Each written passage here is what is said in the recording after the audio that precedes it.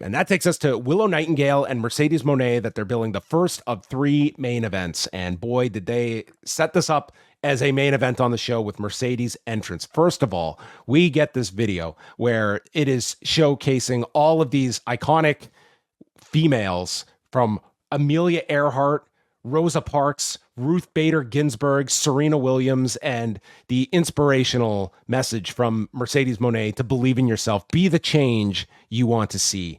And then we get we got to talk about this video, okay? This to me was like one of the an interesting point and a point of discussion in all this. So we could tell, at least by maybe some of the TV and certainly by the start of this match, that Mercedes Moné is a heel. Would you not agree? Is that pretty going clear? into this? I think it had been pretty clear. And when this match began, that's how the audience. She was playing a cowardly heel, running away from Willow. So I felt like that was evident. But this was like purely, I think, on the surface, babyface type of video. Like, you know, but okay, it is a babyface video with a babyface message. Believe in yourself, bet on yourself. You know, MJF, I'm sure, you know, watched this and then got that tattoo.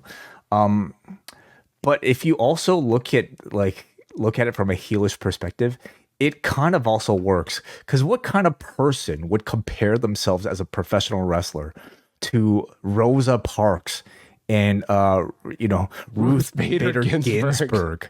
Like, who is pompous enough to think that they are of the same caliber as these type of people? And I mean, if you ask her, maybe that's not the intent of the video, but that's certainly how you can interpret it. So I'm curious to know if this was actually her intent to give you like I took it more the way you did, about just like her putting herself at this level of like Rosa Parks here. But then you got like this, it was like Daft Punk, the marching band version coming out, followed by like these Vegas showgirls. I mean, this is just the most over the top entrance for Mercedes Moné, but totally worked for what they were trying to present her as. Like, just this, like, she was doing like her mini WrestleMania entrance in AEW. And I kind of like that. Like, they're not hitting you over the head with it, but that was sort of like the desired, like, here's it works. It works for what they were trying to. And then you have, the juxtaposition here, Willow comes out and Stokely and Chris Statlander have this enlarged friendship bracelet. That's the extent of her budget for the entrance. I don't even know where you construct such a thing. That probably cost a lot of money to make. It did. And for one night's use. This crowd was going nuts. They felt like this was a major match, and they held up for the whole thing. Like, they treated this like this felt like one of the big main events on the show, and the crowd, they were a big part of this. And the dynamic, for whatever you want to say about the buildup, like, they were all behind Willow, and you got some chance it got to be Mercedes. Kind of 50-50 at points. Yeah. But you could see, like, the crowd favorite was Willow here. And Moné was really playing up like her aspect of things. But early on, Moné is hit with a doctor bomb onto the apron, and you saw Willow almost with like a version of Croyt's Wrath in the ring. Moné then knocks her off balance on the turnbuckle, and she goes after Willow's ankle, which was a great story in this match. Was, you took a year out of my life, I'm going to try and do the same to you and take out your ankle. So Willow would go after Moné's previously injured ankle as well, and everyone understood what the two were doing here, and it was a great story. Willow and Moné are exchanging ankle locks, and then hits a Babe with the power bomb, or goes for it, but Moné stops it, and they go onto the turnbuckle. Moné tries for the sunset bomb and follows with a figure 4 ankle lock submission. Willow lifts her up and has her by the ankle on the edge. There's a Meteora to the floor by Moné, and then Stokely is on the apron arguing with the referee when Willow hits the Babe with the power bomb, and Aubrey is delayed in making the count because of Stokely, and the crowd is like, they are infuriated that Willow is winning this match and Stokely is distracting her. I just, like, they were so intense for this. Statlander was involved as well. Yeah, she was like trying to get Stokely's attention, but together they were both distracting Aubrey. So she goes for another one, and it's turned into the bank statement, moves to an STF, and Willow fights her way to the rope.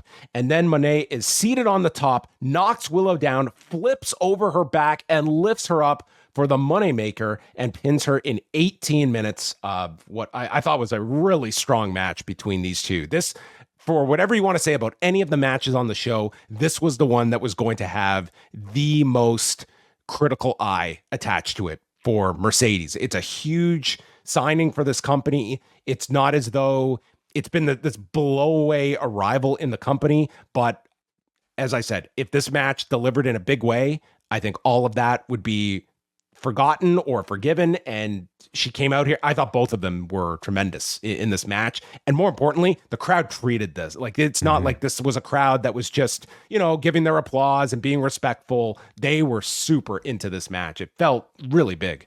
It did. Yeah. From the moment it began. So, I mean, I think we can say, or at least I can say, I think the creative for these several months has been somewhat disappointing. Or more importantly, I think her promos and her presence has kind of been disappointing. Without having wrestling to kind of rely on. But that didn't really matter at all to the crowd tonight because they were getting to see what Mercedes Moné was signed for. You got to see her wrestle, and they treated this like it was an incredibly big deal from the get-go. I really enjoyed the match, namely because this was an incredibly hot crowd for the entire thing. And I think these two did a great job. It was definitely clear that Moné was playing heel from the start, but I thought there were equal moments throughout the match where both kind of had their babyface shine. And it's to the point where, like, I almost get the sense she might be reverting back to being a babyface after this match, after the Willow program. But we'll see. It gave you her value should be able to adjust. And I think when people talk about these shades of gray characters, I think some people look at it as though it's like, well, that's an ill-defined character. But I think the beauty in having these characters that they don't have to make these hard 180 shifts and go from dastardly heel to lovable babyface. It's the ones that can kind of play in these margins and adjust for the situation. And it's not a shock to the fan system when they're watching how they can go, and you have more people at your disposal to work with. Like a John Moxley, I think is a perfect example. Perfect. Now, not a great example is somebody like a Toni Storm, who can also do that, but because she works so much better as a babyface against her opponents, like that should be the decision that you make from the get-go. Similar to how in this feud, Moné worked as a clearly better heel compared to somebody like a Willow, who the audience simply seems to like better, and Moné as this CEO character that much more natural as a heel. But the body of the match is kind of what we are going to be talking about, and more like is sort of the bread and butter of like Mercedes Moné, and she worked a really good match. Focusing on the ankle injury, both her selling of it and also working on Willow through it. Maybe some blemishes in this, like in that I get the sense she was a little bit slower and not as smooth. But these things were kind of there was one spot, and it doesn't come to mind the specific one, but like one of the great crutches they had was like the ankle injuries. It's like, and them being off balance that Excalibur was really good with, and even like the setup to the moneymaker at the end. I don't think that should have looked seamless or crisp. I mean, this is this larger woman that you are getting up for this moneymaker to hit. But it shouldn't have won the match. And that, like, first of all, I give her, like, it didn't bother me that this was not the crispest, smoothest match, because number one, she's coming off of a year layoff from a career-ending injury. So the fact she was able to come out to this stage and have a match of this quality, I think is huge testament to her comeback. But the finish, I do have something to complain about, because this is not the first time we've seen the moneymaker not look good.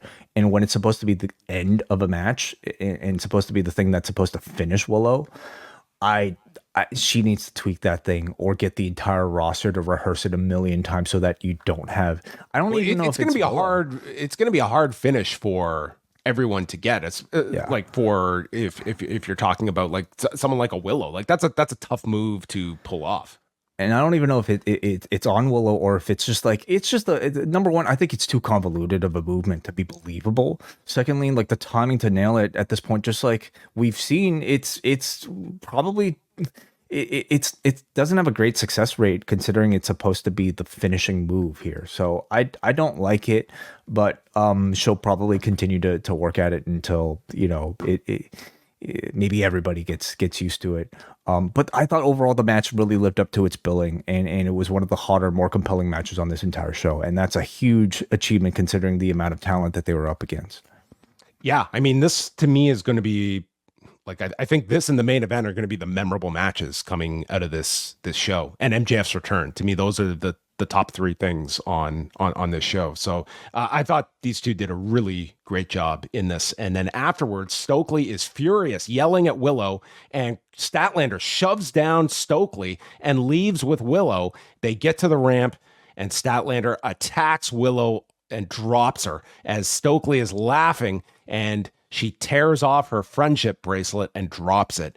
And if there was a complaint I had consistently, and I didn't mind this on the undercard, was, I mean, they were going super fast. It was like, if there was a post-match thing, it was like 30 seconds, boom, we're going to the video package. Boom, boom, boom, boom, boom. But when you're doing something so impactful like this, it does feel as though we got to move. We can't even digest this. This is a big turn. This should not just be, boom, we got to go to a video package and move on from it. This was one, it needed some more gravity to really let it digest. And I think that was just like, it showed you there was so much on this show, and they were just trying to move as quickly as they can. But there was a ton that they were fitting into this and still going long. I totally agree. I mean, a moment like this has been built up to at this point, like for years. And to kind of cut away from it as quickly as they did was somewhat unfortunate. It's a turn that's been a long time coming. I'm curious to see what Statlander can do as a heel. And are we to assume that she was the one who attacked Moné?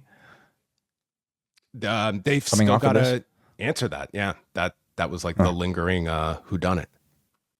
So that would tell you Moné would want to get revenge on her, and that she would be staying as a babyface, if that's the case. Could be possible.